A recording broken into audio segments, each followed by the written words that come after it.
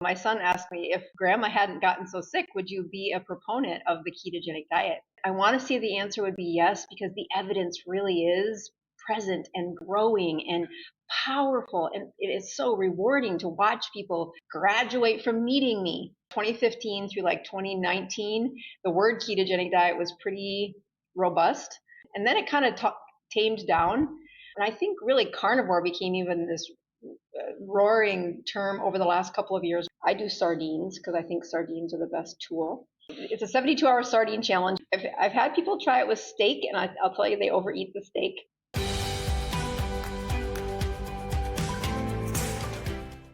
Hey folks, it's Dr. ShawnBaker here. Hey, if you or someone you love is suffering from chronic disease and you're tired of just managing symptoms with potions, pills, and procedures, I want you to check out Revero.com. Our team of dedicated professionals is committed to tackling the root cause of your issue and finally getting you healthy. Hurry up, though. Our spaces are filling up very quickly. Anyway, well, welcome everybody. I have with me today Dr. Annette Bosworth. Her and I have known each other now for a number of years, met in person several times, and share sort of a similar mission, I suppose, is getting people healthy with, like actually getting people healthy, not just medicating everybody. But anyway, Dr. Bos, maybe just real briefly, tell us a little bit about who you are for the people that may not know you. I think a lot of people may, but go ahead if you don't mind. Yeah, it is. I run into people now that know me from YouTube, and it is strange. They do know a lot about me. So yeah, I am from a dynasty of hog farmers.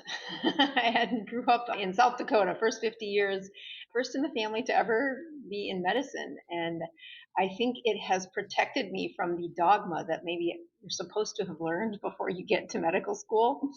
That I really, and I've interviewed hundreds of med students that all said, yes, I'm in this to help people get better.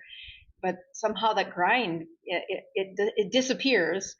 But it did not in me. I think to a fault, I really am on a mission that says getting people healthy the real way, even if it includes medications, but mainly that you don't need me. The goal is for you to not need me. So internal medicine is what I was trained in. Really spent my first 20 years, maybe 15, 20 years trying to dance with corporate medicine or be part of that. And then really surrendered and said, you know what, I just don't belong there. My internal medicine clinic was really focused on peak brain health. So I have a lot of empathy, passion, and interest in Parkinson's, Alzheimer's, bipolar, brains that don't work well. And when I really stumbled across how well the ketogenic diet worked for brain health, I was a little embarrassed at first that it worked as well as it did, and I didn't know that. So from like 2015 was really when I put all wheels to the ground that I'm going to use this as the foundation for helping people get off these medications. And I'm delighted each time I add a little diagnosis to the book that says, I was told you couldn't reverse that, but I've seen it firsthand. For all intent and purposes, it is reversed. It's amazing. So I'm happy to be outside the realm of traditional medicine, but still an internist desiring to, teach first and give them the power to undo, and have had, really great success in watching people reverse their health problems. So, yeah. Yeah, it's fun, isn't it? Just seeing these people actually get healthy for the first time. These people have been like running back and forth to doctors 20 years, pills, and never figure it out. Hey, just fix your diet. We've gotten, and it's interesting. I think there's more and more of a growing, like you and I have been doing this for a while, but like with our company, Revero, we're hiring so many physicians that want to do this. I mean, it's just like they're all kind of waking up finally saying, look, we're tired of this corporate BS, pill, potion, procedure for everything, pill for every ill type of thing. Okay, so you're in Argentina. Tell me about Argentina, because that's on my to-do list, my bucket list, because I know they got great meat down there and a meat culture, particularly beef. But what brought you to Argentina? Oh, yeah. What are you discovering? So your kids are at different ages than my kids. My kids are 18, 21, and 24, and our son Walker is about to graduate from KU undergrad and head to law school. And so we celebrated. He said, Walker, if you could go on one place on spring break, where would you go? and he has a few degrees he's graduating college with, but one of them is economics. So do you know the name Javier Milei? Yeah, he's president. He's doing some crazy stuff down there, and he's Yeah. turning that country around. Oh Apparently, my at least from the press clippings. I don't know. I'm not there, but that's what I've heard. Well, that is totally why we came. He's like, all right, he has, if you want to speak to my son in the last couple of years, if you didn't know Javier Milei, he won't speak to you. That's what his mother thinks anyway. So Javier Milei, I know because of, you want to talk to Walker, you should start the sentence with, I saw Javier Milei made the news. But he really is. It's an economic disaster. If you look at the peak of this country in like 2006, and then how much that government policy, I mean, you could get $1 equal to 5 pesos in 2006. And, just yesterday we did 1 to $1,200. Wow, that's huge inflation, isn't it? Yeah. Yeah. So he's doing great things. We wanted to see for ourselves. We also wanted to taste the beef, and we took some tango lessons. So, I mean, there's all kinds of fun things. We just are in Buenos Aires. We thought maybe we'd travel beyond it, but we had so much fun here that a Walker and his girlfriend left this morning, and Chad and I are here until tomorrow. I'll tell you funny. So I don't remember the soccer World Cup, football World Cup, as they like to say, occurred. I think it was last year, a year before, I guess. And France plays Argentina in the final. Of course, Argentina wins. I'm excited because Argentina brings all this beef with them. So we're bringing our beef because we need our boys to eat right. And so, but my wife's from France, and they were pulling for France, and so they were out of town, and they were skiing, and they were coming back, and I just stayed home with the dogs. And so Argentina won.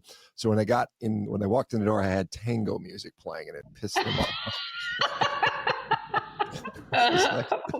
They were giving me the evil eye on that one, but I thought it was hilarious. So anyway, well, let's talk about, this is a thing that, you've obviously been a big proponent of ketogenic diets, and you've got your Boz Raso, kind of a version of a GKI type of thing, and you've gotten, obviously your story kind of started with your mom and her cancer, and prolonging her life with that and that type of stuff.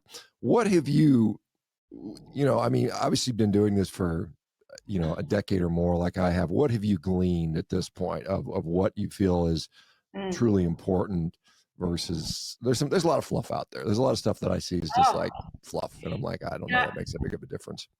It's a great question, and I actually was thinking about this earlier when I was reading some of the prep notes and thought, yeah, gosh, a decade it's been.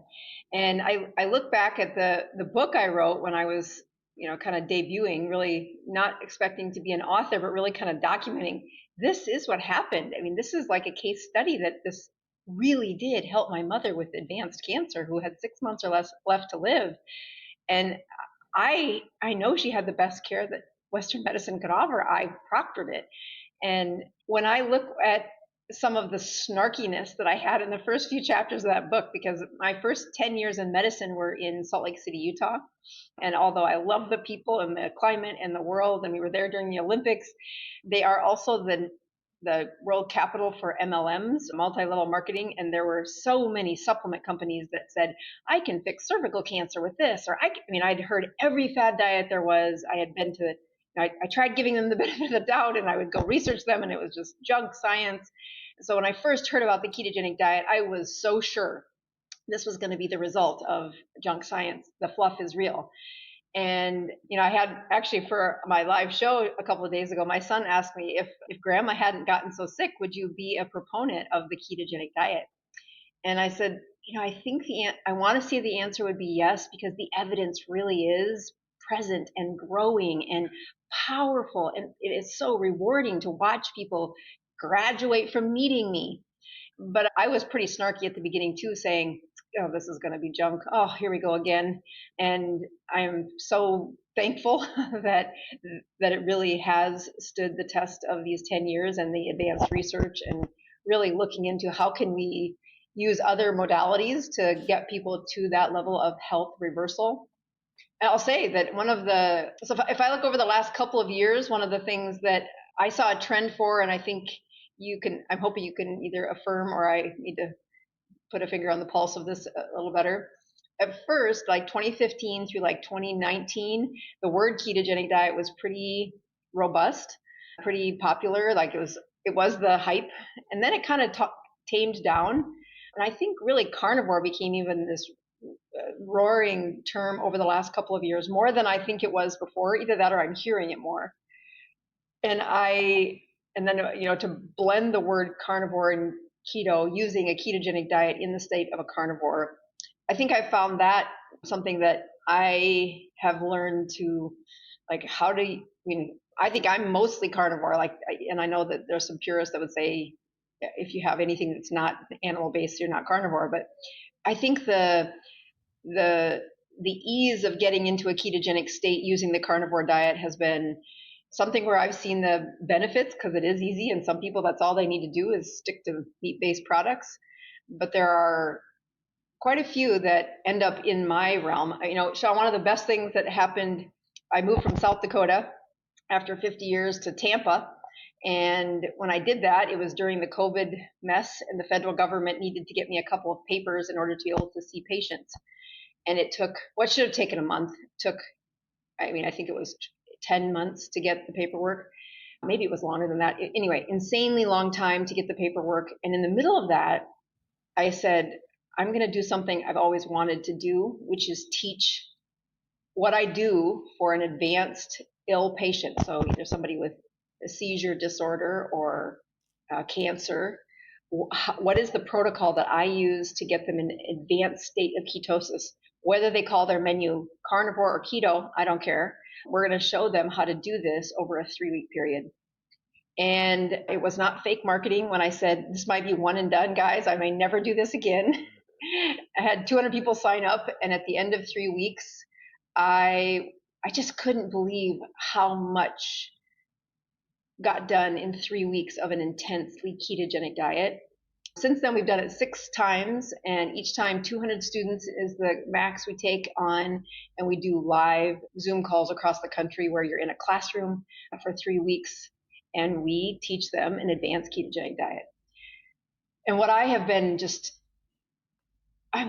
humbled, I guess, like I can't believe how well this works, is some of the chronic diseases that, when you're meeting people, like on a superficial place, like a event like you and I would meet at, or you hear their story in a stamp in time, the difference between that and having the chronic disease management that you get over the years when you follow a patient, it leaves out the nuances of how difficult it can be to truly reverse a medical illness, and how easy it is for people during an ebb and flow of their health to say, I've reversed something, and deep in my heart, I'm worried it's just better for this season. And that's what I would say.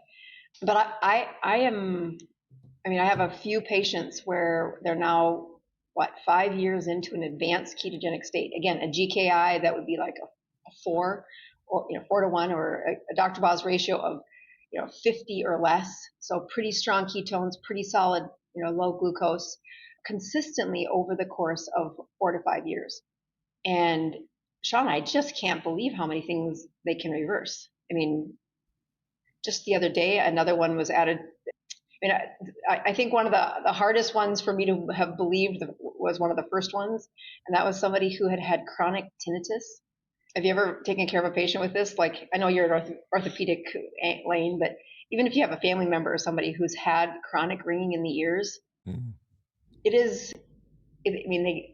drives them crazy. Yeah. It's kind of nutty. Teeter on insanity. They teeter on insanity. I'm going to actually not use this chair. It seems to be wiggling on me. It's terrible. And I've used every trick in the book to try and get it to go away, and never. And I did not promise this at the beginning. I just said, here's what we do in my practice is I have a free support group here. At that time, it was Sioux Falls, South Dakota. And I have one now that's at the bowling alley right outside my office, because my office is a little postage stamp size here in Tampa. And the chronic attendance to these support meetings means they stayed the course. They fell off the wagon but got back on, or they consistently checked their numbers to keep ketones in circulation and really continually lower that glucose. And the first day, somebody who has had ringing in their ears for a decade wakes up and they don't hear that. They think they're deaf. They think, oh my God, my hearing has completely gone away. And So to say to somebody that there is hope for something as chronic and as nuanced as a tinnitus, that was probably one of the first places where I said, I need to keep writing this down. I think another chronic disease that was really impactful to me was a man he'd been getting ocular steroid injections for, essentially a little stroke in the back of his eye, ABM occlusion. And he'd had them at intervals of every, 6 months, then every 4 months, and every 3 months. And then he got on the ketogenic diet, and thanks to his wife, he has stayed on the ketogenic diet.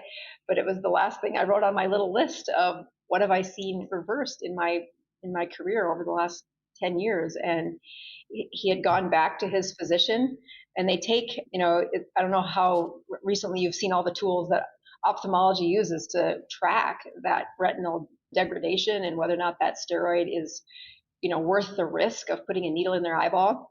And so they take a scan of the back of the eye and look for, is the disease process better, worse than last time? And, they use augmented AI, augmented intelligence, to really look at those scan differences. And he's like, the last 3 scans we've done, have been an interval apart of, I think it was 12 weeks apart, which is the longest they'll go.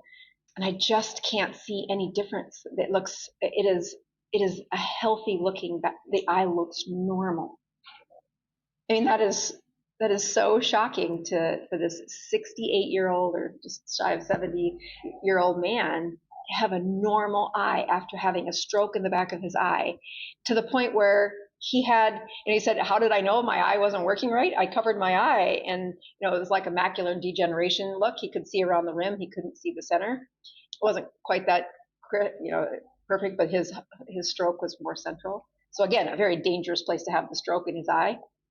So to have a reversal of that, I mean, you've got MRI, highly technical evidence that this eye is normal, has not had a steroid injection now in 9 months. And I mean, that's not how that disease works. It's a chronic progressive deterioration. And the doctor was saying, I've never seen this. I'm like, that is what my mission is when these students come into class, it's only 3 weeks, and then we give them ownership of their classrooms and say, you're on your own to be supporting of one another. First of all, it's the right price. And when you take ownership of your health, you're going to it is more sustainable.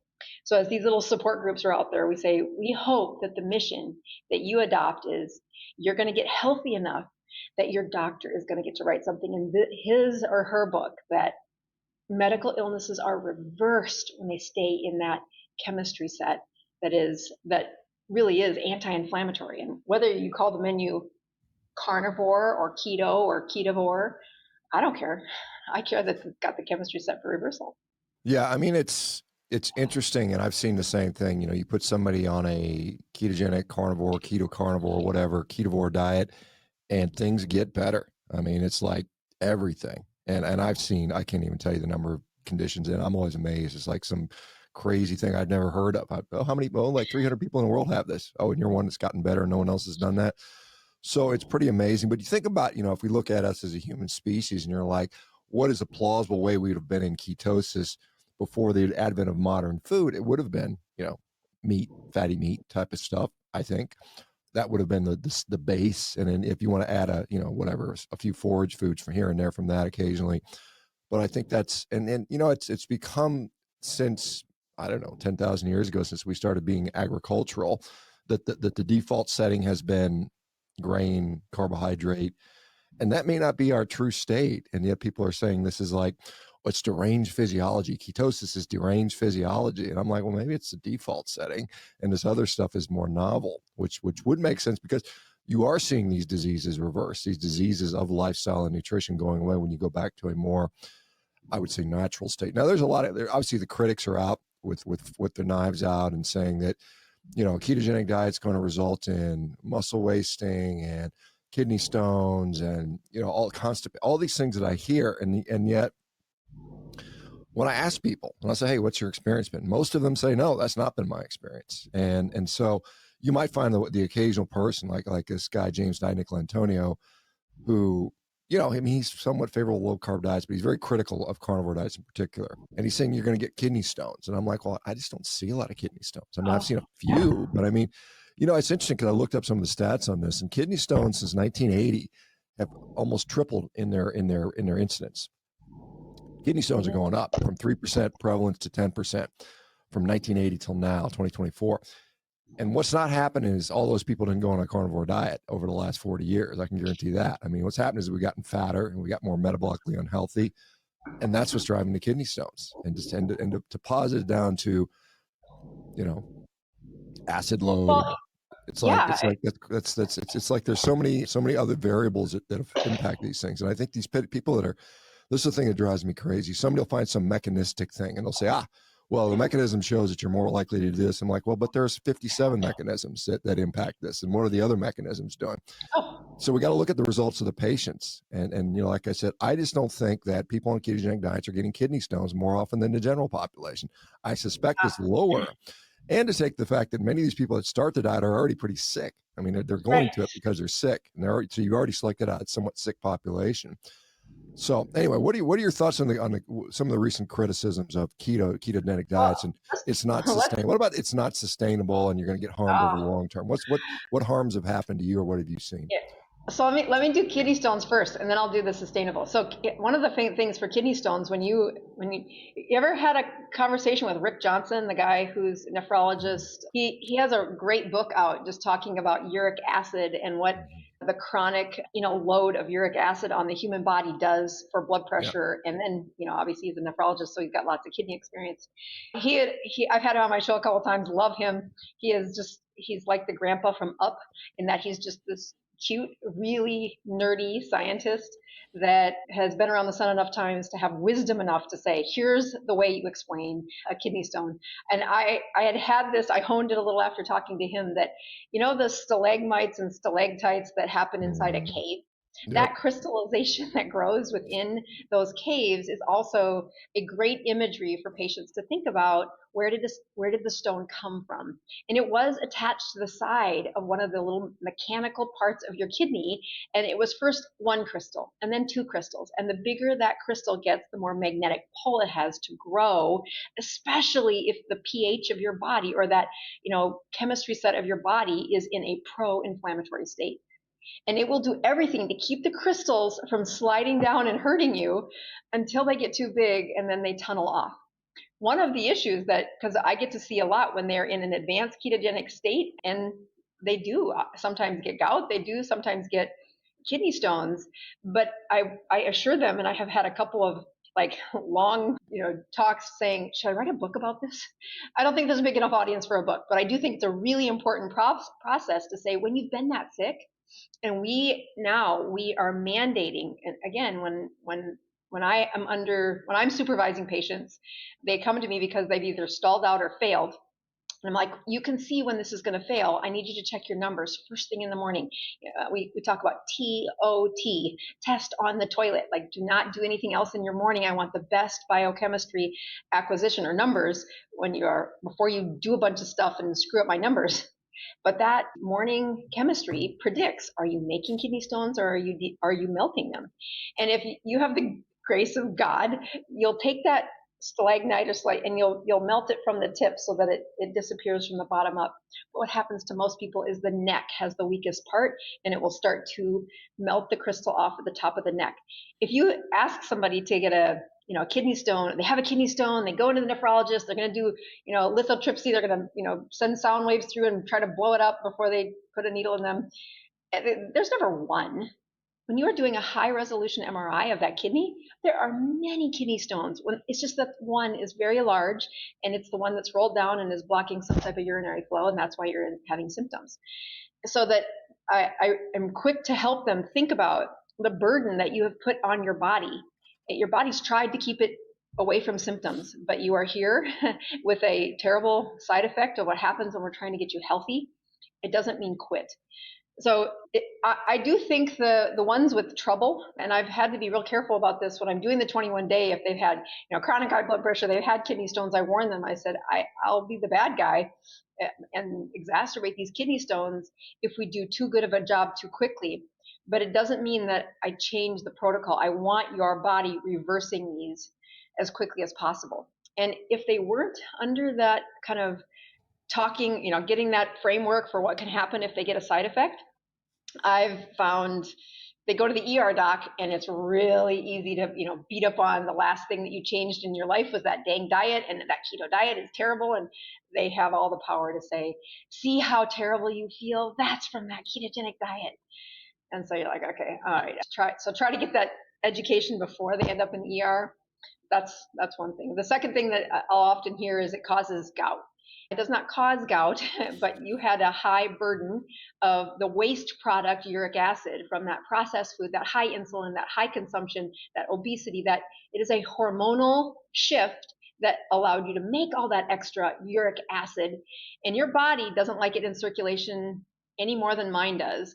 I pee mine out because it's not a heavy burden every day. But when you have so much uric acid in the system, you'll store it in your big toe. You'll store it in the places in your joints, and it doesn't hurt when it goes in as much as it hurts when it's an efflux, coming out of it, or a big deposit into the toe again.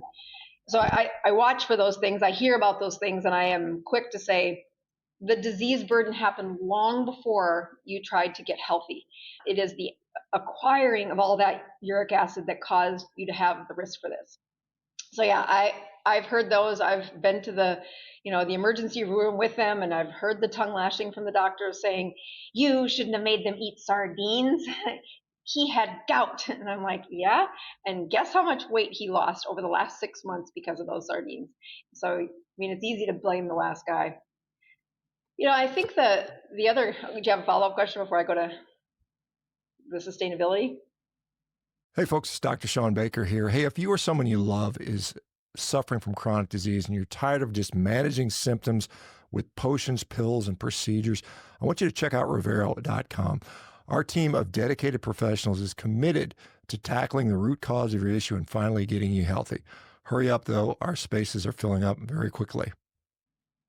Well, I was just going to say that, my experience with those issues, either gout or kidney stones, particularly kidney stones, in the few cases I've seen, they've always seemed they've had pre-existing stones. Maybe they've had like a staghorn calculus, where they got a big old blob of that, that calcium urate or calcium oxalate or whatever in there, and then it starts breaking down, and then they pass their stones, and it's never like a de novo new formation that I've seen, and it's only been a few. And the same thing with the gout. The gout, it's usually like when I was operating on people with gout, when I had my orthopedic surgeon hat on, it was almost always, in retrospect, they were almost always type 2 diabetics, metabolic disease. And so I think that's, again, it's the metabolic disease that underpins all of this stuff. And then these other things are just little, okay, this is one way it's displayed, and like I said, I eat a ton of purines. I eat a lot of DNA containing food every day, 3-4 pounds of meat a day. And my uric acid is usually 4, 8, 5. It's normal. It doesn't go high. It's just like, unless the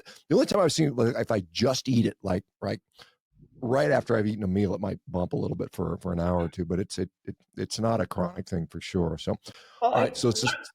One of the things Rick Johnson clarified for me is if you're testing uric acid multiple times throughout the day, there is a fluctuation of it. So, of course, I tell people that, if you had the luck of, checking it 2 hours after a meal, or God forbid they check when they're 36 hours fasted, I'm like, you're going to have a high uric acid in circulation. It's going to look like you have gout.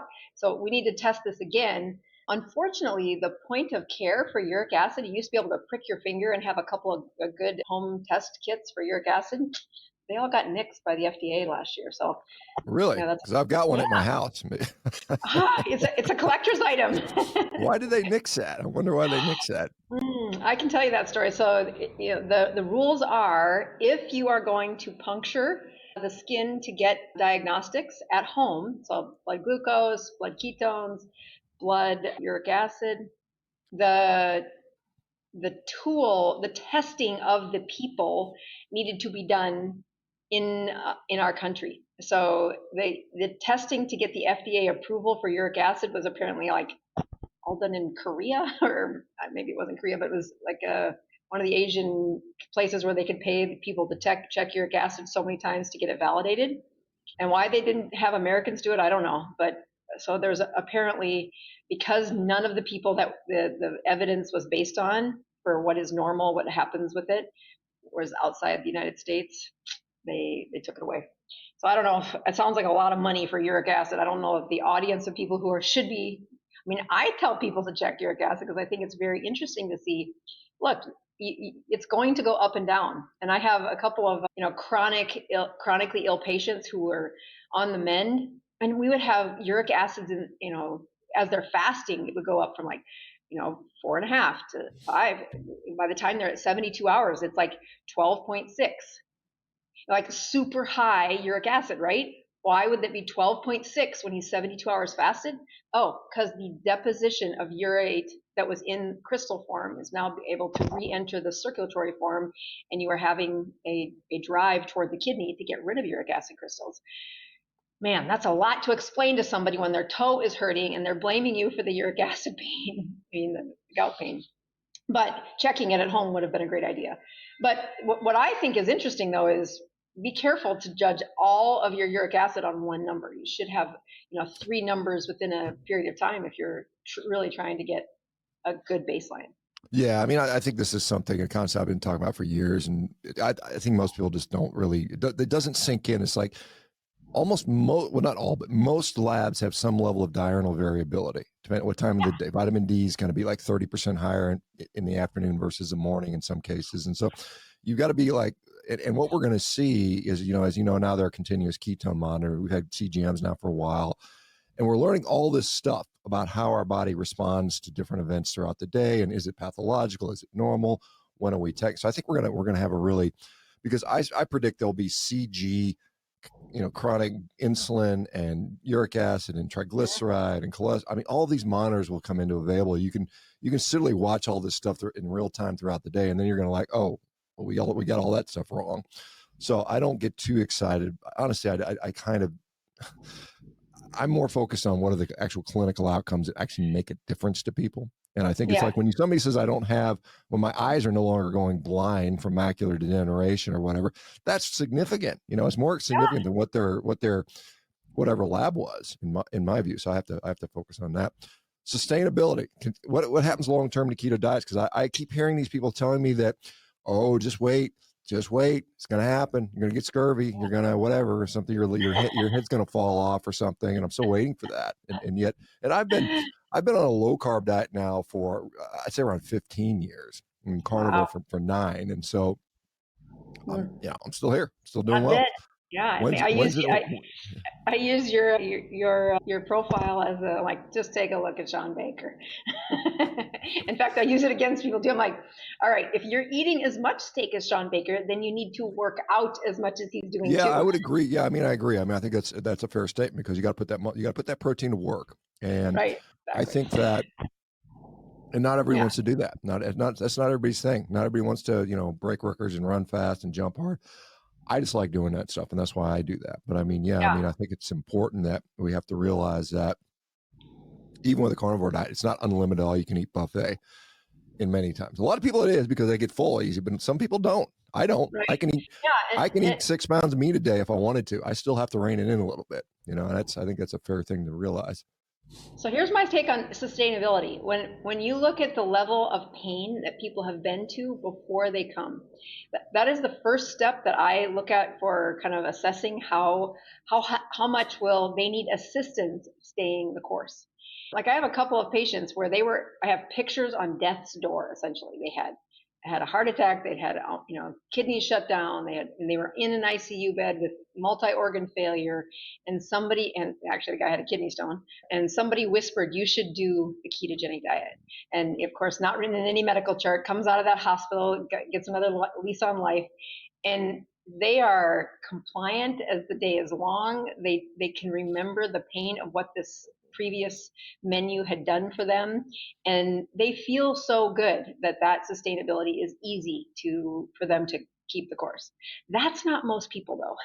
Most people, they will have, again, if they that they'll have some pain, some reason why they wanted to change that menu. They hop onto a ketogenic diet, and if they can anchor the memory that, yep, you didn't really understand what brain fog was until somebody swept it away. You didn't really understand that your joints don't have to hurt in the morning until somebody swept it away.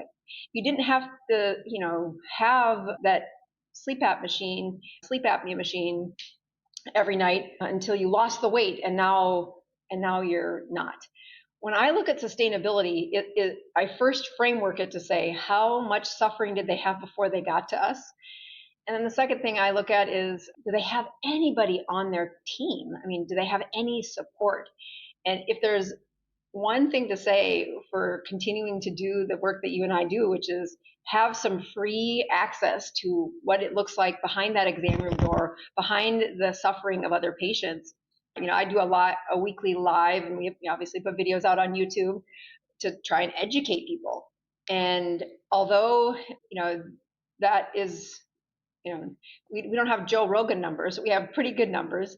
The number of patients that need that reminder of what happened, what does it look like to not have that health, that constant reminder that you're not the only one trying this, and second, you're not crazy for doing this, and the improvement in your health is, it does return when that chemistry shifts down, or they go back to their old eating habit. Especially in my practice, most of the people that end up in my listening to me have been insulin resistant, metabolic disease, whatever word you want to call it, for at least a handful of years, probably a decade. And so when they come onto the ketogenic diet or come onto a carnivore diet, they have this improved chemistry set, and then their body equilibrates. And a lot of the symptoms can come back if they sneak higher than they should on the amount of carbohydrates or the amount of volume of food that their body can handle. And when that insulin resistance, that memory of the beta cell that makes the insulin takes over, boy, they make way more insulin than they think they should from that bite of peanuts, at 9:00 at night. And you're like, dude, I know it's only 4 peanuts, but I'm telling you, it's not the calories that you should be worried about there. You need the absence of the hormonal stimulation at 9:00.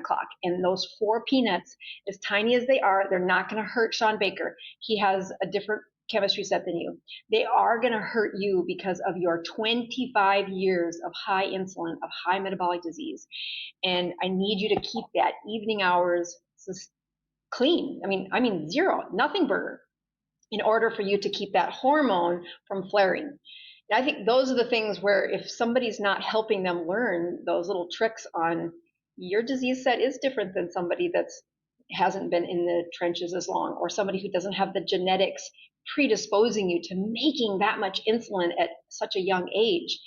So to me, the sustainability, I win the argument when I help them with that framework. Like, okay, you have a different puzzle to solve, and you can check your puzzle by looking at your own metrics first thing in the morning, and be in a support group somehow. Whether that's just showing up for a Tuesday night live where you can chat with other people that are doing this, whether you are in a tribe, like what you run, where they can answer questions. I just find that sustainability is the easiest. But heck, I have somebody that's been on a ketogenic diet since 2012. I mean, ketogenic checking numbers at least 3 times a week first thing in the morning. Like, you go. You go. That's a lot. That's better than me. It's a lot of finger sticks or whatever, a big breath. What do you do? Because I get people sometimes that really struggle to get into ketosis. I mean, they're on a ketogenic diet and they're like, I can't get my ketones up. What additional, or how do you manage that for those people that really want to hit those numbers for whatever reason? Maybe they're treating cancer. Maybe there's a therapeutic benefit for that. How do you deal with that? Oh, it's a great question. It's one of the things that we challenge people, that I've now had the privilege of 6 of these classrooms where all 200 students have their metrics on a dashboard. So I can see what their morning fasting glucose is, their morning fasting ketone is for 21 days straight.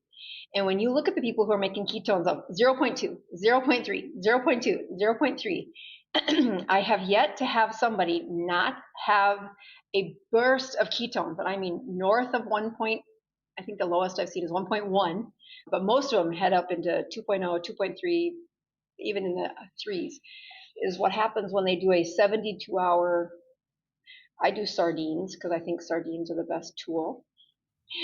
I've had people try it with steak, and I'll tell you, they overeat the steak. So what you're doing, I mean, it's a 72-hour sardine challenge, and unlike a 72-hour fast where you start the clock when you're done eating, you do not start the clock for the 72-hour challenge until you have the first bite of sardines. And then they can have as many sardines as they want. Anytime they have hunger, they can have sardines. But at the 72nd hour, at the end of it, you need to have the final can of sardines. So again, what am I doing there? I'm having high protein, high fat, and that satiation, that sense of fullness. I've had people eat 5 or 6 cans the first day, 4 to 5 cans the second day, and by the third day, like 2 cans. So the volume of food does go down over that time, but it is not in a setting where they're hungry. They are satiated. And when you put in that high fat, high protein, not high protein, high fat, it is high fat, high protein setting for 3 days. Oh, Shawn, it's brilliant. I mean, if you could imagine the mitochondria in their liver, it has been out of the practice of making it because their insulin resistance usually catches up with them. They're reset, which is good. That's what it's going to look like to get you healthy. We have to reset many times over the course of this journey to keep your body producing ketones during a stress. And again, I use your case all the time. Like when ShawnBaker is working out, his glucose storage will be within 30 minutes, and his body will make ketones for the other part of that workout. It's because he will flip from glucose to ketones rather quickly. His metabolic flexibility is healthy. And people with high insulin or people with insulin resistance, even though they come into the ketogenic carnivore diet and they'll make ketones pretty well at the beginning, they'll settle back down. The body will not waste energy as a default. That's dangerous. So we're like, oh, this is the energy that they're making.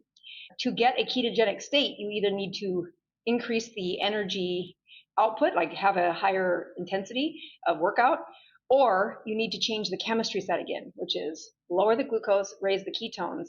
And what that does to the mitochondria inside the liver is those are the ones that make ketones. They take fat and spin it into ketones. Those are the ones that really do change that inflammatory state of the body. And when they're in circulation, it makes more ketones. The other hack that we do for this is people that are interested in the ketogenic diet and haven't made ketones in a while. We say you should sip on ketones for 3 days before we start this. While you're cleaning up the cupboards, while you're doing all the things like counting carbs, how many carbs you eat, don't change your diet, but I want you sipping on ketones.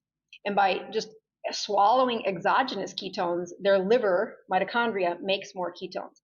The same thing happens when you do a really strong challenge of 3 days, nothing but sardines, mustard you can have on it, but that's it. Sardines and water, and it's miraculous how well they feel. The best numbers do not come on the 3rd day.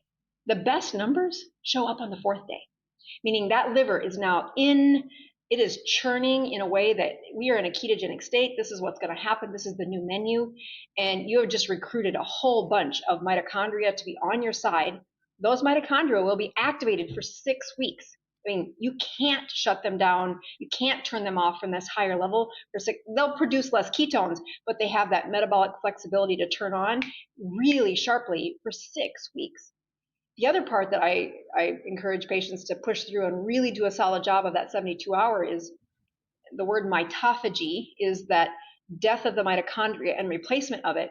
And it does happen during a stress. So you must have a stress to the body that is chemistry based. And so, the other reason to sustain the full 72 hours, and, we've had people cut short at 36, they get probably 1/20th of the effect. I've had a few people make it to 48 or 60 hours, and they say, I just couldn't handle another sardine. And so I fasted the rest of the time. And I'm like, it doesn't count. It's the consumption. Your liver is only going to get to use the fat that you're swallowing because of your high insulin state. So that portal vein ports that fat right into the liver. And in that setting, you turn them into ketones. But if you don't swallow the food during that 72 hours, the liver never gets to see that fat. It tucks it in, thanks to high insulin, into your storage bins. And that's the chemistry problem that we're fighting, is I can get that fat to the liver if you swallow it. And then once you have challenged their chemistry, once you really peak their ketones, and my gosh, we lower glucose to double digits in almost everybody. I mean, again, some people come into that class with a glucose of over 300, Shawn. To lower their glucose to 100 is, I mean, something they haven't seen in 20 years. We can do that with 3 days of sardines. I mean, cheap, easy, safe, but is not for sissies. I mean, like, they can tap out. So that trick has worked for me. I think I can say universally, with the exception of people that are severely allergic to the protein in sardines, which is quite a bummer. Let me add just a question, because I'll have to be honest, I'm not a big sardine eater. Well, I mentioned I was in Portugal, and sardines are pretty common there. They have them as a sort of a, in the restaurants and things like that. And I probably should try them sometimes. I had some in Greece. They weren't too bad. But when you get them canned, I know like tuna, there's always this water versus oil. Do sardines have the same sort of thing? And Oil. I assume, and your assumption is which oil or water? What do you go with? Oil. You want the fat. Oil. Does it matter what the oil is? Because I don't know if they pack it in soybean oil or what. I don't know. There's a whole bunch of them that say olive oil. And if you gotta look carefully, the olive oil isn't pure, and I get people chirping at me about that. So I tell them, well, take the oil that's in the can and pour it over the dog food, because your dog will love it. And then put your own dang olive oil in there. I don't care. You want the fat, and then, the oil-based mastication where you chew and have oil in the mouth, just a much better secretion of those pancreatic enzymes and, bile to absorb the fat. So a lot of things help when you're chewing with that protein fat at the same time. Yeah, I mean, we have oral lipase too. I didn't know if you knew that. We actually produce lipase in our because we have salivary amylase, but we have salivary lipase as well, which is interesting. Right, and a little bit goes a long way. So even if they actually do the non-American thing and they chew 2 or 3 times before they swallow it, to just gulp it down, then it works out pretty good. Yeah. I had a gal who had sardines for 100 days. Wow. Yeah, and first of all, the best part of that was how well she reversed several of the health problems. She had plantar fasciitis to the point where she couldn't walk, was going to have to give up her job. And I mean, I think it's been a year since she started that. And she walks all the time now. She does not have the return of that, inflammatory problem. I mean, to me, that is one of those beautiful antidotes that I don't have any other drug that would reverse it like that.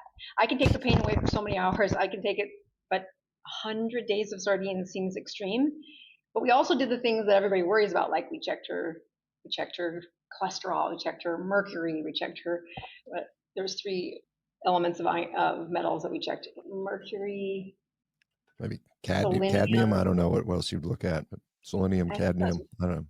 Yeah. They were micro minerals, but again, they came back and arsenic. That was the other thing. Damn, Joe Rogan and his damn his arsenic. It's like, my arsenic went up when I ate sardines. So I'm like, okay, there is no scientific. I have looked into this. It is not real, but we did check arsenic just because of Joe Rogan, and she didn't have that either. Didn't have arsenic toxicity. Could you do it with like salmon? You think? Could you do like a salmon deal, or what do you think on that?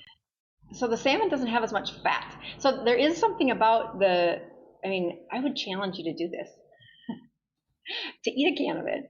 And at the end of it, just really rate your satiety at the beginning of it and rate your satiety at the end of the can. It's shocking. I mean, it's shocking. I don't know what is in a sardine that does that so well, but there's something that just says, I'm done eating. And you kind of want to think of primal ancestry that says we ate tiny little fish for thousands of generations. And my husband says now the story in the Bible where he fed 5,000 with 7 little fish. It's like, I know those damn fish are sardines. Like, okay, maybe. But, interesting. So I haven't had I've had people try salmon. Their numbers do not turn out as good. I've had people try beef. The numbers. I've had some pork belly. It's just, there's something different about I think it's the volume of food they end up eating. And I mean, I've done it myself, just saying, what is my sensation of fullness at the end of a serving size that's equivalent to a can of sardines? and I can't come close when I compare it. So Okay, so you're saying salmon sardines are uniquely satiating. Yeah, mackerel, sardines. salmon, yeah, the little fish have something in them that are just the satiation has been the easiest part for me to say, Maybe some wow. people say they don't taste that good, and they're like, I don't want to eat any more of that stuff. That could be. It could be Yeah, that. maybe. So, I don't know. Well, I will tell you that if you do try them, you, I have found that people. I mean, doesn't I think it tastes better than tuna does. Tuna has that really strange, like tangy mm. flavor, and that's supposed to be like the negative points when you have fish is that tang. It does not have that. Now, it does rank the worst in smell. So that's the hardest part of a sardine is the smell. Yeah. Yeah, sometimes Anyway, that's tough to get. Well, some people like the really smelly cheeses and things like that, where it's got taste better yeah, than it smells, maybe, or something like that. yeah, that's exactly right. I think you're totally right. Yeah, It's, I'm. so let me ask, because are you in Buenos Aires right now? Is that I see the city Yeah, behind you? Yeah, yeah, I'm told that's a really pretty city. Is that something you're finding? yeah. Honestly, I've been really impressed with how folksy it is. The people are like, I don't know, Midwesterny. They're very for a big city. I mean, there's like I think it's like 20 million in the area.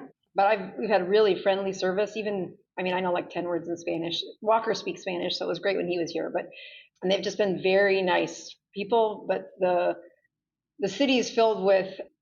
I mean that that rise to successful economy in 2006 did not go wasted. They have beautiful buildings and beautiful parts of the city, and they have two major soccer teams that rival against each other. So they have strong fan base that rally around their team, and so it just seems like a community worthy of praising. So I've loved it. We took a river boat ride up the Tigray River, and if they had internet there, or they have running water, if they have running water there, they have internet.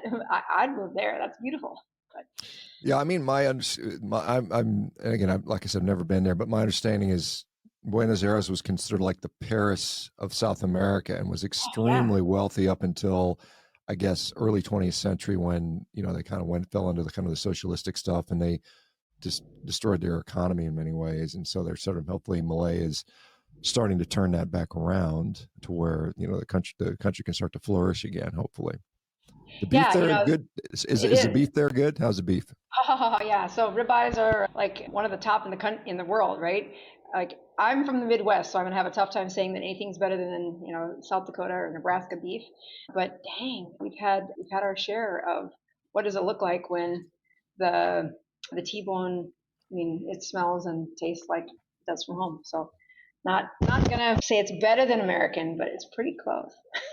So I have my I take care of a lot of iron deficient women, and said there's one supplement that I make that comes from beef liver, and I chose the beef liver from Buenos Aires because they in this country they have the highest iron content. So that'll be the one point of evidence that I have that might be better than Midwest beef, but I might go to hell if I admit that to my relatives. So I'll be careful. Yeah, the beef's great. Yeah, well, I think the U.S. beef is wonderful. I mean, I was, like I said, I just got back from Portugal and I had some good food, but I think the beef in the U.S. is better than the Portuguese beef. Sorry, anybody in Portugal. What took Let you me to ask you Portugal? Business or pleasure? a little of both, a little of both. It's just something, we're probably going to spend a little more time over there over the coming years. I have one more question for you. Your thoughts on dairy as they pertain to health and diet. Are you a pro dairy, anti dairy? Can it depend dairy? What are your thoughts on dairy stuff?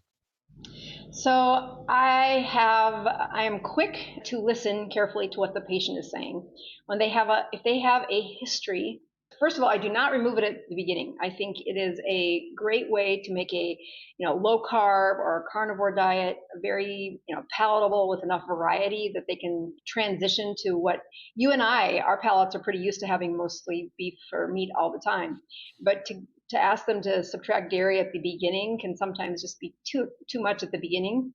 But if they persist and have signals that there is a continued cytokine response, whether that's histamine or just allergy, autoimmune, something that they eat that and don't feel as well, I do listen to that and say, give me 6 months of not having dairy. I mean, first we'll do a trial. Do 3 weeks of no dairy, right back and tell me what you think. If the removal of dairy, especially results in the reversal of a couple of symptoms, I tell them this is not a lifelong sentence. That food insensitivity, and milk protein can be part of that. The whey protein can be part of that. I've watched that be incredibly taxing to them. Like, they get the rhinorrhea, they get itchy, they get bloated, they just don't feel well, their brain feels yucky. However they describe it, and it's usually postprandial from the cheese, about 30 to 60 minutes after they've eaten, and you're like, okay, just listen and remove it for 6 months and then return it. I usually like to return with, dairy is, usually when they are on dairy, they'll find that feta or some of the goat cheese is safe. And so we'll start with, mixing it with the feta that comes from cows. You can get it too. So we'll say blend and then add back one cheese at a time with like a new cheese every 2 weeks. I've just had lots of success with that, where it wasn't a lifetime of no dairy, but it was enough to say whatever was inflaming or causing that cytokine response, when you mute it, and then they have the time to really, I tell them, reset the cells that signal this, right? That means you need to have a good 5 or 6 generations of these cells that are not inflamed, that are not triggered. So you got to be off of it for that 6 months in order for us to test this theory. And then you don't slam it back into your system. You add it back carefully to say, is there more to this sensitivity than you were able to discern with just a history? I mean, I've had patients spend thousands of dollars at the allergist, and 500 needles go into their back and 25 welts show this, that, and the other. And I'm like, I often don't care what you're allergic to. I do think that another way to say carnivore is elimination diet. Essentially, what did the woman who had sardines do? She eliminated everything except one food. Praise God that it was sardines and that she had such a reversal of something very extreme in her case. And then to go back to full-fledged on the day that the sardine, the 100 days was up, that's not what she did. She still eats sardines 3 days a week, because the sustainability of just saying, I feel so good, and I'm going to try to add one food and see if it was a food that was causing this. And I think, when you watch how if you had a patient or somebody you care about go through a protocol for what the allergist teams do when they get all these allergy, signals that they're allergic to all this stuff, and then they say, oh, we have these autoimmune, anti-inflammatory modulators, let me inject them with you. And I'm like, stop, just take it down to one food. Way cheaper, way more sustainable, and the path out of this mess is possible. When I've seen the immunomodulation patients, I just think they are chronically addicted to the doctor for it, without a really foreseeable plan to get off these meds. Dr. Boz, unfortunately, I got to go. Share with us your contact so people can, if they want to try your challenge, or where they can find you on social media. You bet. BozMD.com is my website. And then my favorite platform is YouTube, but we do have space on Facebook and Instagram and apparently TikTok now. But we're not putting much energy into TikTok yet. But BozMD.com is the website. That's the best landing zone. And again, the thing I ask for people who are following us is, we are in the world of trying to make a difference. And so if we've done something that's helped you, leave us a review. It really is helpful in all the places where we are at. So thank you for everybody who's done that. Yeah, absolutely. Thanks, Dr. Boz. I'm sure I'll talk again soon. Take care. You Bye-bye. bet. Enjoy your rest of your vacation. Bye-bye now. You bet. Bye.